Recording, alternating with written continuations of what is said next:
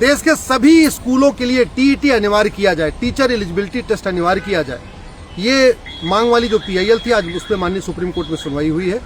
माननीय supreme court ने पूरी बात सुनने के बाद इसको ऑनरेबल सीजीआई साहब को रेफर किया है कि वो इसको बड़ी बेंच के लिए कंसीडर करें। हमने उसमें यही कहा है कि जिस भी स्कूल में 6 से 14 साल तक के बच्चे पढ़ते हैं, वो किसी भी रिलीजन के द्वारा बनाया गया हो, किसी भी रिलीजन के द्वारा चलाया जा रहा हो, किसी भी मजहब के द्वारा स्कूल चल रहा हो, लेकिन जहां भी 14 साल तक के बच्चे पढ़ते हैं वहां पे टीईटी यानी टीचर एलिजिबिलिटी टेस्ट अनिवार्य होना चाहिए। हमने अपनी याचिका में कहा है कि right to education fundamental right है, और राइट टू एजुकेशन का मतलब होता है right to equal quality education. इसलिए 14 साल तक के बच्चों के लिए भेदभाव नहीं हो सकता। टीचर की क्वालिटी पूरे देश में 14 साल तक सभी बच्चों के लिए एक समान होनी चाहिए, और वो तभी हो सकता है जब सभी स्कूलों में टीचर्स के लिए टीईटी अनिवार्य हो। अभी माइनॉरिटी स्कूलों को टीईटी से छूट मिली हुई है। हमने उसी बात को चैलेंज किया है, और हमने ये भी कहा है कि पहले माइनॉरिटी डिफाइन हो जाए, माइनॉरिटी कौन है, उसके बाद माइनॉरिटी के नाम पे माइनॉरिटी स्कूल खोलने की अनुमति दी जाए। भारत के संविधान में कहीं माइनॉरिटी डिफाइन नहीं है, भारत के किसी कानून में माइनॉरिटी डिफाइन नहीं है। माइनॉरिटी को आइडेंटिफाई कैसे किया जाएगा, इसकी कोई गाइडलाइन बनी नहीं है। नेशनल लेवल पे माइनॉरिटी होगा कि स्टेट लेवल पे माइनॉरिटी होगा कि डिस्ट्रिक्ट लेवल पे माइनॉरिटी को आइडेंटिफाई किया जाएगा, ऐसा कहीं कुछ लिखा नहीं है, ऐसा आज तक इसकी कोई गाइडलाइन नहीं बनी है। 1% वाला माइनॉरिटी कहलाएगा कि 2% वाला माइनॉरिटी कहलाएगा कि 3% वाला माइनॉरिटी कहलाएगा, इसकी भी कोई गाइडलाइन नहीं बनी है।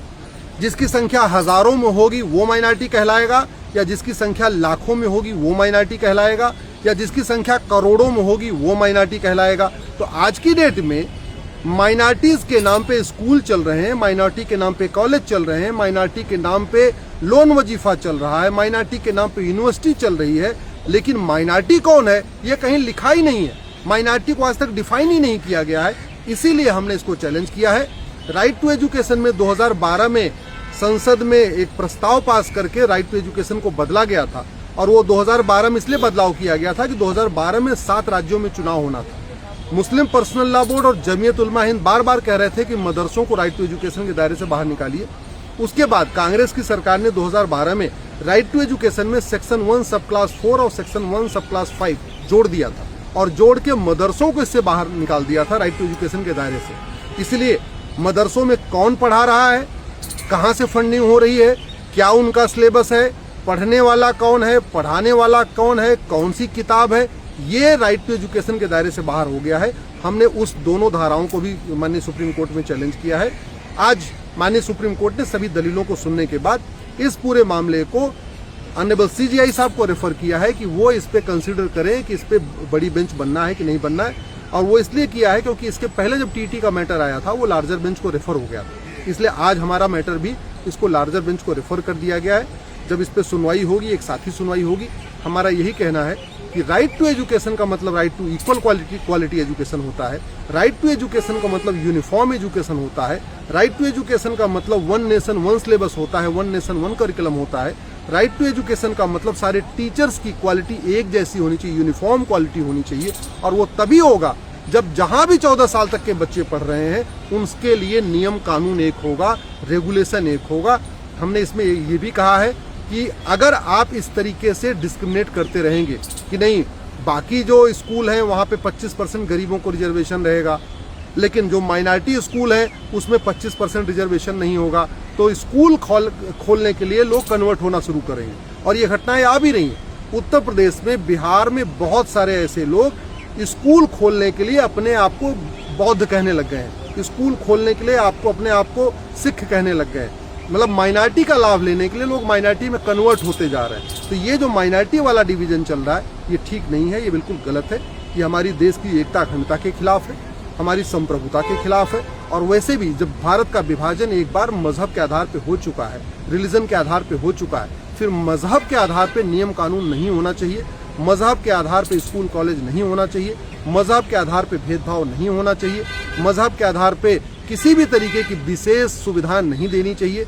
हमने अपने इस याचिका में भी कहा है कि जिस आर्टिकल 30 के नाम पे माइनॉरिटी एजुकेशन इंस्टीट्यूशन खोलने के अधिकार दिया जा रहा है, मदरसा खोलने का अधिकार दिया जा रहा है, वो आर्टिकल 30 मदरसा खोलने की इजाज़त नहीं देता है। आर्टिकल 30 में लिखा है एजुकेशन इंस्टीट्यूशन, यानी देश के सभी नागरिक एजुकेशन इंस्टीट्यूशन खोल सकते हैं। एजुकेशन इंस्टीट्यूशन का मतलब है सेकुलर एजुकेशन इंस्टीट्यूशन। जो आर्टिकल 30 में एजुकेशन इंस्टीट्यूशन वर्ड यूज किया है वो रिलीजियस एजुकेशन वर्ड नहीं है, वो सेकुलर एजुकेशन इंस्टीट्यूशन है। यानी भारत में कोई भी है, चाहे वो माइनॉरिटी हो, चाहे मेजॉरिटी हो, चाहे हिंदू हो या मुस्लिम हो, सबको 10वीं 12वीं का स्कूल खोलने का अधिकार है, इंजीनियरिंग कॉलेज खोलने का अधिकार है, मेडिकल कॉलेज खोलने का अधिकार है, लॉ कॉलेज खोलने का अधिकार है। अलग से कोई विशेष दर्जा नहीं देता। भारत में सबको अपना व्यापार करने का अधिकार है, अपना बिजनेस करने का अधिकार है, अपना स्कूल कॉलेज खोलने का अधिकार है। आर्टिकल 19 में सबको इक्वल राइट है। आर्टिकल 30 कोई अलग से किसी एक मजहब को, एक कम्युनिटी को अलग से राइट नहीं देता। ये भी हमने अपनी याचिका में कहा है। और दूसरा हमने सबसे इम्पोर्टेंट कहा है, ये जो मदरसा खुल रहा है, जो दीनी तालीम सेंटर है, जो रिलीजन को प्रमोट करने के लिए, मजहब को प्रमोट करने के लिए, ये आर्टिकल 30 के दायरे में नहीं आता। ये मैक्सिमम हो सकता है आर्टिकल 25 में, जो फ्रीडम ऑफ रिलीजन है, जहां लिखा हुआ है प्रोपोगेट रिलीजन। आर्टिकल 25 में कहा है कि आप अपने रिलीजन को मना सकते हैं, अपने हिसाब से रह सकते हैं, इसके अलावा प्रोपोगेट कर सकते हैं। तो रिलीजन को प्रोपोगेट करने का तरीका है मदरसा।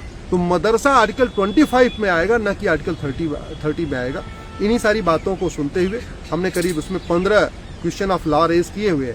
तो ऑनरेबल माननीय सुप्रीम कोर्ट ने कहा है कि चूंकि ये सब्सटेंशियल क्वेश्चन ऑफ लॉ है, इन पे सुनवाई बहुत जरूरी है और इसके लिए बड़ी बेंच का गठन होना चाहिए।